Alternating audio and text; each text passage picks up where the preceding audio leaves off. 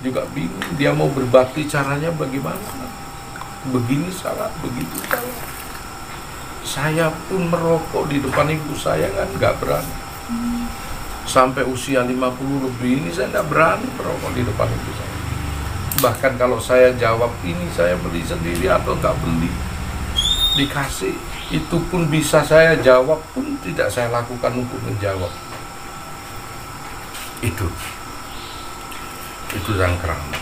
Karena wakil Allah yang tampak, orang Jawa itu lebih dekat lagi. Bahkan Pangeran Katon, Allah yang tampak di muka bumi ini adalah seorang ibu. Itu sebabnya Rasulullah sampai menyatakan umi dan abi. Siapa yang aku taati di dunia ini? Ibumu, kemudian baru abi, bapakmu. Demikian dengan seorang istri sing solehah, paling enak. Siapakah manusia yang paling enak masuk surga bahkan tanpa dihisap, yaitu seorang istri sing bisa menghormati suaminya. Masya Allah. Masya Allah, itu tidak ada berkah yang lebih indah, tapi kadang sulit, bukan diambil yang sulit sekali. Saya katakan ya, kalau air susu ibu itu tidak bisa dibalas dengan apapun. Kita ini orang laki, bahkan kita bisa kasih 1 miliar sehari kepada orang tua kita, ibu ada belum cukup darahnya untuk kita kembalikan 1 tetes pun. Air susunya yang bisa bikin badan kita itu belum cukup. Karena air susu itu akan menjadi telaga kal-kausan nanti.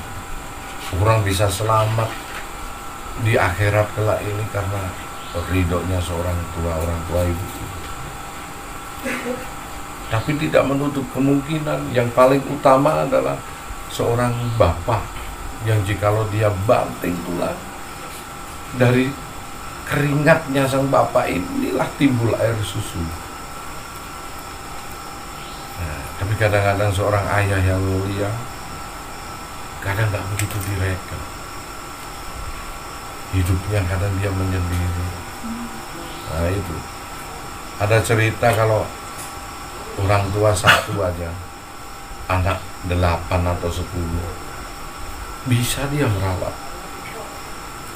Tetapi kalau anak 7 atau 10 untuk merawat ibu bapaknya 1 aja kesulitan. Itu perbandingannya bagaimana kita mengembalikan itu keringatnya bapak dengan 1 tetesan darah dan air susunya itu. Luar biasa berkah. Sebetulnya nggak tayo kayak ibadahmu, nggak begitu nemen-nemen ibadahmu.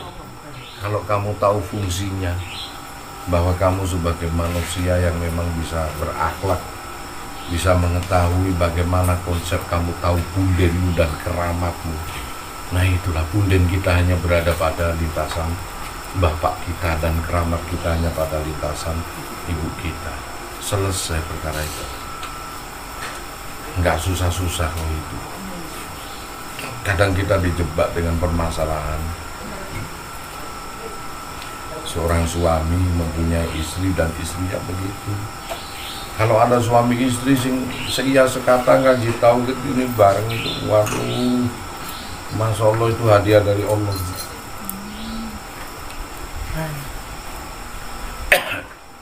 Hadiah itu. Udah jarang orang itu bersepuh, berbeda sudut pandang, berbeda ngaji yang benar. Makanya kan saya katakan kalau ada suami yang keliru, yang salah jalan, seorang istri kadang-kadang mencarikan ya bagaimana suaminya ini bisa jadi baik, dia ngaji, dia tahu tata krama, bisa menghormati seorang istri. Tapi kadang-kadang kebalikannya itu disia-siakan. Itulah namanya itu ujian ya, ditutuplah kita sebagian pengetahuan kita kepada duniawi, yang seolah-olah kekayaan yang paling utama di dunia ini ya hanya harta. Ini kita kejebak kita. Makanya apa yang kita cari di dunia ini kan nggak ada. Kita ini hanya manusia yang menunggu eksekutor. Kita menunggu kematian, kapan gilirannya dan seperti apa. Makanya saya kalau ada rezeki terus, apa yang harus saya berguna ini? Hampa, semakin diberi banyak rezeki semakin hampa. Karena kita ini terlewati aja kok enggak. Bahkan mata kita juga enggak pernah ikut memiliki telinga, pendengaran, penciuman, peraba kita. Semuanya ini hanya seonggok getaran dan kita enggak akan pernah punya. Kita makhluk-makhluk yang diberikan label aja. Label nama. Itu aja. Hati kita juga punya Allah, semuanya punya Allah.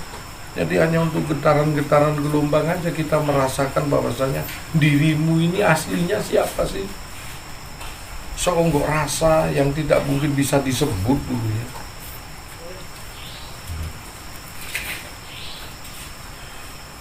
Makanya hidup ini ada faedahnya, sedikit berguna untuk yang lain.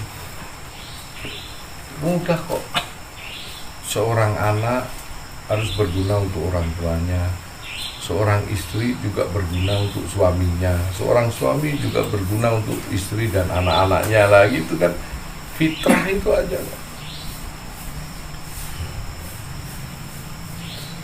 Kalau masalah rezeki kurang, utang, itu lintasannya bukan berada pada diri kita, itu lintasan di luar kok. Stres kita. Mikir itu gak rampung-rampung. Dia akan gak rampung betul lah. Tetapi pikirkan apa yang bisa kita pikirkan, itu fitrah Allah akan rampung semua.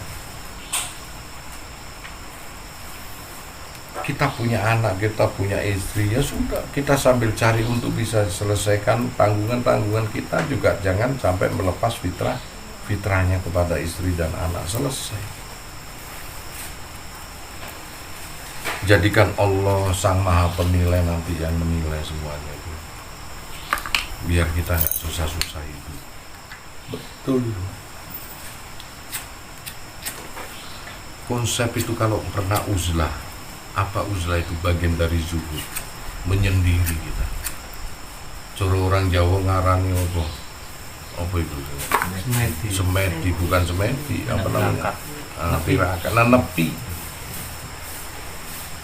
itu. Jangan kita cemari, cobalah sebulan aja dengan urusan dunia. Nah, sama dengan kalau orang kena kayak abah gini, asam urat. Kilo-kilo poso menunjuk enteng awake. Ulang-ulang. Cobalah gak mangan sing enak-enak. Kenak wong yo. Rasane kakek duwe. Jadi ngono kuwi, Pak.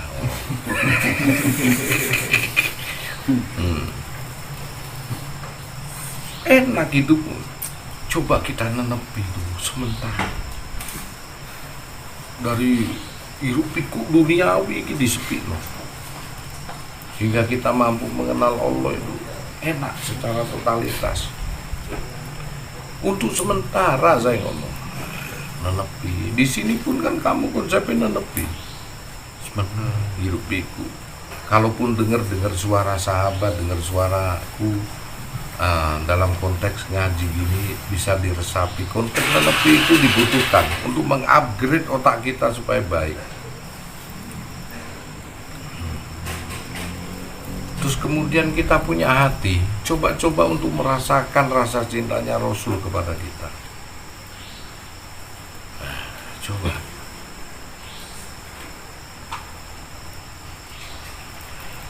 Barulah saya memahami cintanya Rasul itu. Sebab kecintaannya keluarga pun aja dikalahkan. Baru saya memahami. Makanya kalau kamu bertanya tentang cinta sejati, gak pernah ada. Selain Allah dan Rasulnya gak pernah ada. Karena itu cinta yang akan melekat, yang tak akan pernah bisa mengkhianati diri kita. Tidak akan pernah.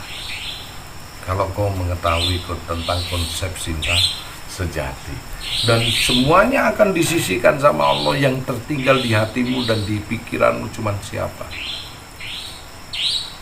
Yaitu saya tadaburkan kepada teman saya yang berbuat kriminal, yang dulu banyak dicintai sama keluarganya. Begitu dia kriminal, semua ngisi semua, bahkan malu mengakuinya. Gak ada yang mau mendekat dengan dia, malu dia.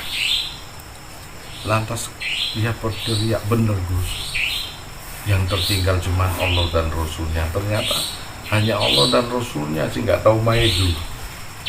Oh, dia berada di penjara, dia teriak, ya Allah, ya Rasul. Dia teriak ke yang lain, tak pernah menghampiri. Ternyata setelah dia zikir itu, la ilaha illallah Muhammadur Rasulullah, ketenangan batinnya itu selalu ada. Isi di dalam kita itu kalimat la ilaha illallah Muhammadur Rasulullah. Dari situlah kita ini tetap iman, hidayah, akidah kita dijaga sama Allah.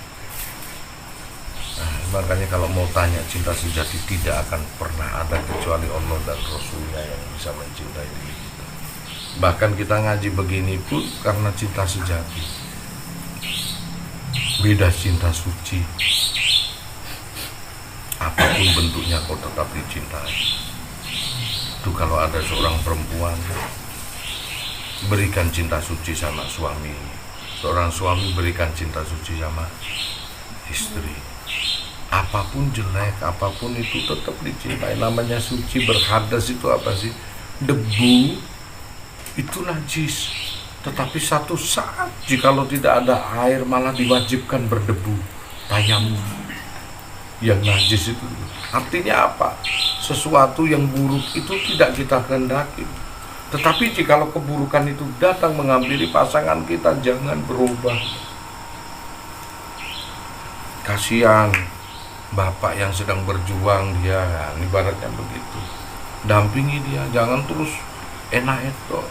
Sang suami juga begitu, saat dia berada pada lintasan diuji Allah, harta ataupun kecukupan, jangan berubah juga. Kalau istri dulu ikut berjuang, pertahankan dia. Karena itu dulu nafis permata yang indah, yang kelak timbangannya itu melebihi satu gunung Uhud berlian. Nggak ada umpama pahala yang saya ini mendapatkan. Sopo, kau akan mendapatkan pahala sak gunung Uhud emas. Itu hanya ada lintasan seorang wanita soleh kasih sama suami. Subhanallah, saya belum punya. Biar dibaca istri saya juga nggak apa-apa. Saya belum punya. Kalau bapak ini sudah punya, itu disyukuri. Lintasan timbangan sak gunung Uhud. Saya belum punya, ilmu punya. Saya mau curhat kemana, nggak tahu. Ini mungkin curhat ke Allah. Kalau saya enjoy, mungkin saya juga dilupakan juga ya. Makanya di sini kadang-kadang kalah ini. Saya bimbing jamaah banyak, umpama 4 ribuan kalah dengan seorang suami yang mempunyai istri yang bulu nafis, yang temata, yang indah. Bayangkan itu. Ganjaran ketimbeli saya menelurkan orang-orang bisa jadi seorang guru-guru, belum tentu ya. Di situ kadang-kadang kita syukuri. Saya suka iri deh kalau lihat suami istri dia ngaji bareng, dia paham betul itu satu warna yang indah betul. Sukses deh orang itu. Sukses bisa membimbing akhlak itu bareng-bareng seiya sekarang. Saya mau milih mana ya? Memang ilmu yang kita serap di dunia ini swangsinawang. Enak ya Gus ya, paham begitu, boleh kamu begitu. Saya pun juga melihat dirimu, Nek, bisa begitu, Masya Allah indah.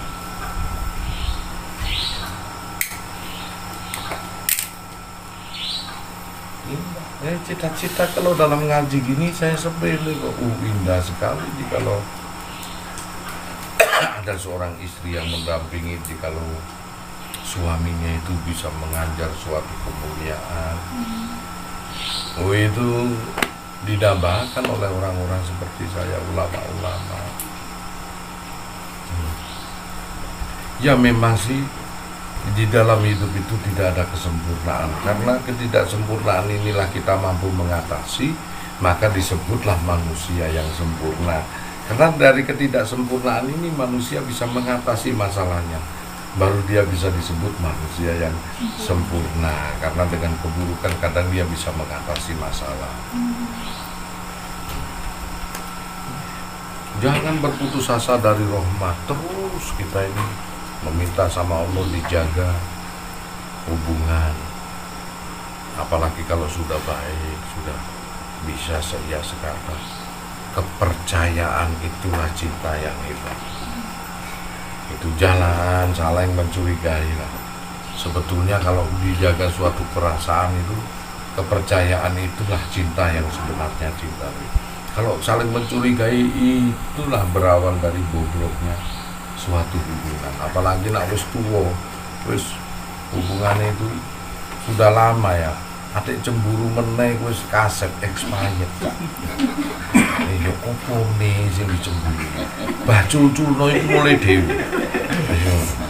Wis atik wis tuwek, wah tak rasa iku malah orang itu malas bongkar-bongkar. Iya, bawa karep-karepe dhewe lak jugel-jugel dhewe. Ora mulai dhewe. Iya. Oke ini. Iya. Aku nyender.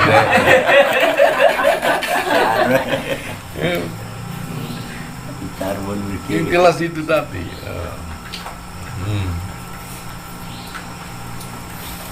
Cinta itu macam-macam. Cinta itu hanya alat mahabbah.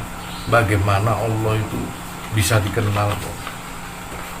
Iya toh, karena dengan cinta itu kita suka, kita senang, suka dan duka. Bahkan yang buruk pun tampak indah kok. Makanya dalile cinta itu tai kucing rasa coklat. Nah iya, yang jelek pun terasa indah kalau cinta. Tuwek-tuwek ada tak enam itu. Bah, rasane kalau pengen nyek ngono lah gitu. Emang kalau membicarakan tentang cinta itu keindahan. Hampir kalau kita mencapai titik puncak suatu cinta kasih, semua hukum nggak mampu nerak. Meskipun hukum itu seperti apa model itu, nggak mampu diterap.